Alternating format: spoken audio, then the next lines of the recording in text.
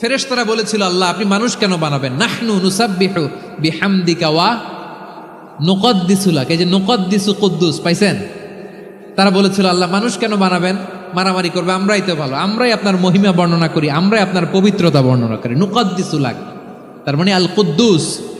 আবার আমার নবী বিশ্বনবী যখন সিজদায় লুটিয়ে পড়তেন, আম্মা জানা এসে বলেন, আমরা তো সিজদার মধ্যে সুবহান রাব্বিয়াল আলা বলেই শেষ, কিন্তু বিশ্বনবী তাহাজ্জুদের নামাজে, নফল নামাজে, সুন্নত নামাজে 3 বার সুবহানা রাব্বিয়াল আলা তাসবিহ পড়ার পরে তিনি পড়তেন সুবহুন কুদ্দুসুন রাব্বুল মালাইকাতি ওয়ার রূহ। সুবহ কুদ্দুস রব্বুল মালাইকাতি ওয়ার রূহ। সিজদায় লুটিয়ে পড়ে বিশ্বনবী এই দোয়াটা পড়তেন।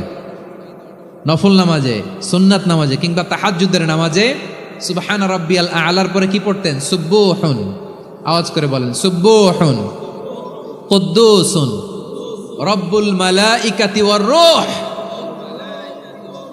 মানে আল্লাহ আপনি প্রশংসিত, আল্লাহ আপনি অতি পবিত্র, আপনি সব ফেরেশতা কুলের রব, ফেরেশতাদের সরদার জিব্রাইলের রব। সুবহানাল্লাহ।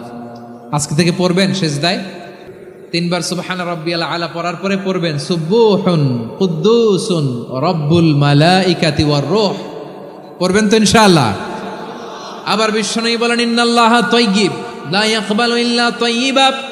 আল্লাহ পবিত্র, পবিত্রতা ছাড়া তিনি কিছু গ্রহণ করেন না, অপবিত্র কোনো কিছু আল্লাহ গ্রহণ করে না। অনেকে আছে ঘুষ খায়, সুদ খায়, অন্যায় অপরাধ চাঁদাবাজি যা আছে সব করে, হারাম টাকা, হারাম উপার্জন। এই হারাম উপার্জন দিয়ে আবার মসজিদ বানায়, আছে না নাই? ইনকাম সবটাই হারাম, ওইটা দিয়ে আবার এতিমখানা বানায়, আছে না নাই? আছে।